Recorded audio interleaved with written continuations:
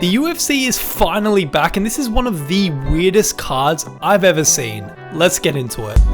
After a 6-week-long UFC break where I was still posting very regularly, we finally have UFC 324 this weekend, a card that in my opinion kind of undelivered for the first Paramount card. But regardless, we have some really big names on this main card and even on the prelims. Please help me understand why Umar versus Figgy is on the prelims, whereas Natalia Silva versus Rose is on the main card. What are we doing here? But anyway, these are my main card predictions. Kicking off the main card, we have Arnold Allen versus Gene Silva, one of the most annoying guys in the UFC. And yes, I'm referring to Gene Silva. I literally made a whole video talking about why this guy is the most annoying fighter in the company right now, and I feel like I need to make a part 2. With that being said, I'm still going to have to go Gene Silva via round 2 TKO. I'm just going to lay out the facts here, man. Arnold Allen hasn't fought in 18 months, and that's for a reason. Obviously, he's coming off an injury, a shoulder injury to be exact. And let's just be real, that matters at this level, especially when you're inactive because of an injury. We've seen fighters in the past come off long layoffs and they just never look the same, let alone off an injury. And on the flip side of that, we've had Gene Silva, who's been extremely active the past couple of years, and let's be real,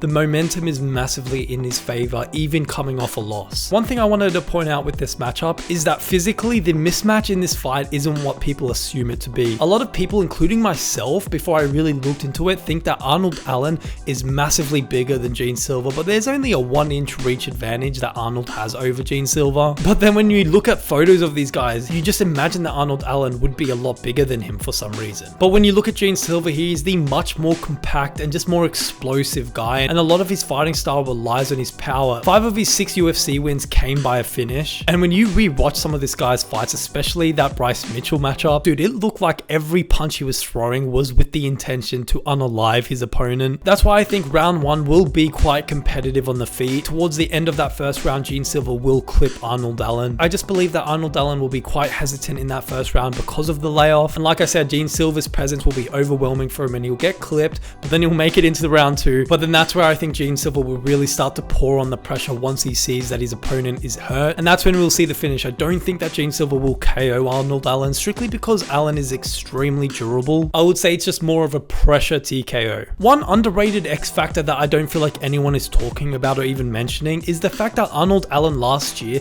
was planning his move up to lightweight. Photos came out during his period of inactivity where he looked absolutely swole, like he put on a ton of muscle, and that is just never good when you have to cut weight. So tell me how a guy can put on a ton of muscle and then still somehow have to cut weight and fight at that weight class that he was fighting at before he had all that muscle. That just screams to me it's going to be a bad weight cut for him. And we all know what happens when a fighter puts on a lot of mass and then has to cut back down. We saw this with Max Holloway when he moved up to lightweight to face Justin Gaethje and then had to cut back down to featherweight to fight Ilia Topuria. His chin just wasn't there. And Arnold Allen at this point in his career feels like a fighter that's just stuck between different eras. He's unsure of his weight class, been inactive, and he's just coming into this fight cold. Where Gene Silva, man, he has all the momentum, he knows exactly where he wants to be. But moving on to the next fight on this main card, which I don't know why it's on the main card, Natalia Silva versus Rose Namajunas. I'm going Natalia Silva via brutal KO. For some reason, I just have this premonition it's going to be a left head kick. But first off, man, this even being on the main card over Figgy versus Umar is insanely wild. And also, when I looked at this fight, Natalia is a -400 favorite, which I kind of understand, but at the same time seems a little bit crazy to me, considering that Rose, she's not like coming off a bunch of losses, and she's also a former champ. I think it just goes to show how the wider fan base feels about Rose right now in her career. But again, I do understand it because some of her recent performances have just felt flat and lackluster. One thing I will say is that Natalia's biggest edge in this fight is her speed and footwork. Like, she looks extremely fast in her pad work footage. She has great in and out movement, very sharp angles and constant stand switches. And I think this will give massive problems for someone like Rose Namajunas, who relies heavily on making her reads early on. And let's be real, man, she's a bit of a static fighter. When Natalia Silva is very dynamic, she's not just going to stand at range and let Rose make all of these reads. I guess we're just kind of used to seeing fighters in this division tend to be a bit more static, where Natalia Natalia Silva, man, she's a bit of a dark horse. Not to mention, man, Natalia Silva, she's had a decent run in the past few fights. Like, she's got some really good names on her resume. Alexa Grasso, Jessica Andrade, like, these are decent wins for her. And I truly believe that if she beats Rose Namajunas this weekend, she's more than likely going to get a title shot. But if I'm being honest, man, I really just don't see either of these ladies beating Valentina Shevchenko. I just don't think it's even competitive. But the UFC very clearly wants Natalia in that title picture. But moving on to the next fight on the main card, we have Waldo Cortez Acosta versus Derek Lewis. This is a sleeper fight, man, and yes, I mean both metaphorically and literally. Someone is literally going to sleep in that first round, and my prediction is Waldo Cortez Acosta via round 1 KO. This fight is criminally underrated, and Waldo being a -300 favorite is kind of crazy to me. Even though, yes, I do get it, he's the much younger guy, he's only 34 years old, where Derek Lewis is 40 years old. But that being said, man, 40 years old isn't old in terms of heavyweight. I'm pretty sure DC became champ when he was like 40 years old, but Derek Lewis ain't no DC, man. One thing I noticed when I went back and looked at both of these guys' records is that they are on a very similar run right now. 2 fights ago, both of these guys lost by unanimous decision, and then they both bounced back and now riding a 2-fight win streak, both by KOs. And this is for both guys, man, kind of crazy. And another thing I will point out is that Waldo showed extreme composure in the face of massive adversity in his last fight during the eye poke incident, and that just gives me massive confidence that Waldo will be able to pull this off. Not to mention, man, momentum is fully on Waldo's side. Like I said, he's the younger guy, he's coming in with a lot of hype. If he wins this fight, man, let's be real, he's 100% in the title conversation next, strictly because there is a storyline between him and both Tom Aspinall because of the eye poke situation. And yes, Derek Lewis is extremely dangerous for one punch, but I just believe that if he's not able to hurt Waldo very early on into this fight,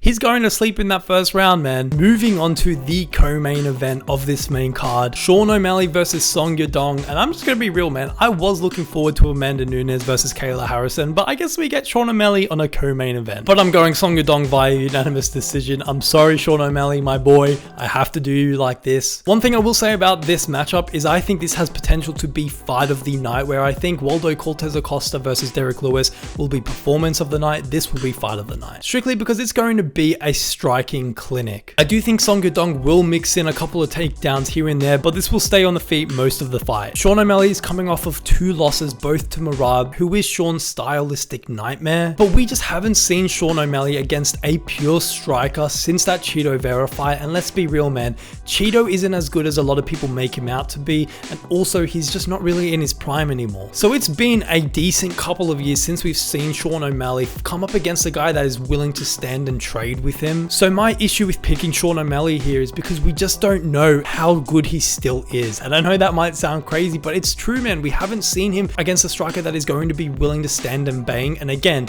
is in his prime. His past few fights has been so hesitant because of the takedown threat, and if you remove that threat and it's just his striking, man, I'm excited to see how he performs. Sean is still only 31 years old, so it's hard to say that he's washed or anything, because 31 is usually when fighters start to step into their prime. But my thing here, man, is Sean O'Malley, he just doesn't seem very hungry anymore. Let's just look at the facts. He's achieved everything he set out to be, became the champ, became a star in his own right, made a lot of money, has a family, and is even starting to talk about retirement, man. I just don't know what his motive for fighting is anymore. Maybe it's because he just genuinely loves the sport, but I think if you want to become a champion and become the best in the world in a ruthless sport like this, there has to be an extra form of motivation, like being broke or something like that. Where Song is the much younger, active fighter, and he's improving everywhere, and similar to Arnold Allen, man, Sean O'Malley just hasn't been very active the past 2 years. Song Yadong's game plan is going to be very clear. He's going to come in this fight and not play into Sean O'Malley's game plan, which would be to stay at range and land shots on the outside. Sean O'Malley, no matter who he really fights in this division, is going to be the longer, rangier guy,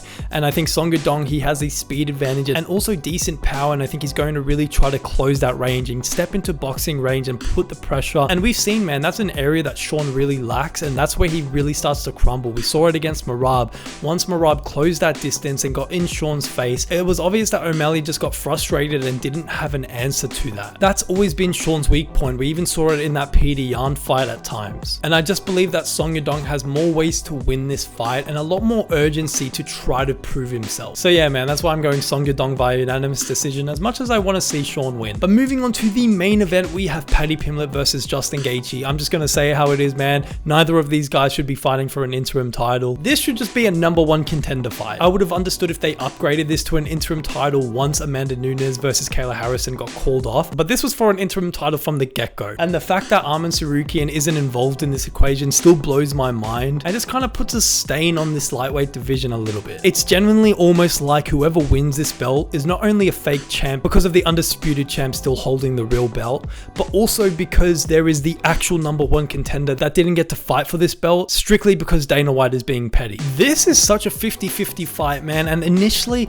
I was leaning towards Justin Gaethje and I was kind of shocked that a lot of people were writing Justin off, but then just before recording this video I saw a bunch of tweets of Justin Gaethje still with a bandage on his neck, clearly covering his staph infection. And we've seen this time and time again, man. A fighter will come in with staph infection and then will just absolutely be drained on fight night. Unless they are able to finish this fight quick, they clearly struggle with the cardio because of the antibiotics and how much it affects your body. So if both fighters were coming in with no injuries, I would have picked Justin Gaethje to win by unanimous decision, but because of the staph, I'm switching my prediction to Paddy Pimblett via round 4 submission. Again, man, I really saw this fight going the distance strictly because Paddy Pimblett, his game plan is very obvious. It's to come in, stay at range, pick Justin Gaethje apart from the outside, and try to drag this into the later rounds. We saw him use a very similar game plan against Michael Chandler. But again, man, I just don't know if Justin Gaethje is going to last 5 rounds while coming in with a staph infection. I just don't see that being possible. I think he'll get extremely tired in round 4 and will give up a submission. I think Paddy's biggest route to victory is to try to get this fight to the mat as early as he can, but not just shoot for takedowns. And we've seen Paddy Pimblett is not a great offensive wrestler. I don't know where all these comparisons this fight week came with him versus Khabib. Like,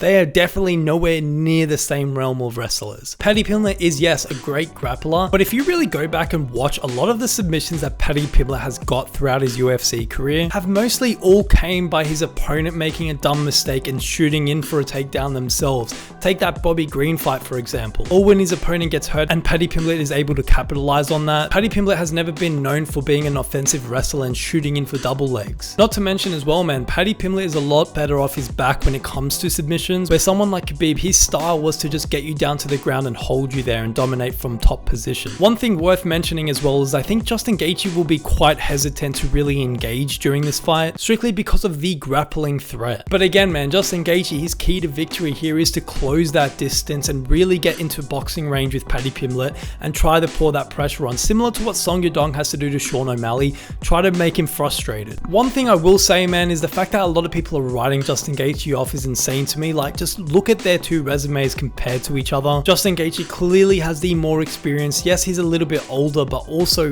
look at the experience difference.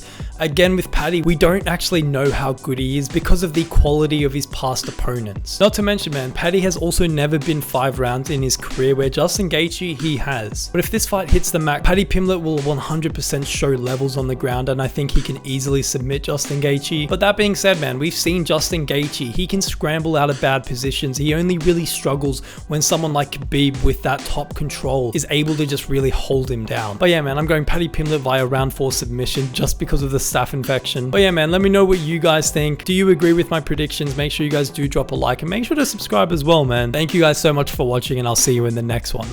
Peace.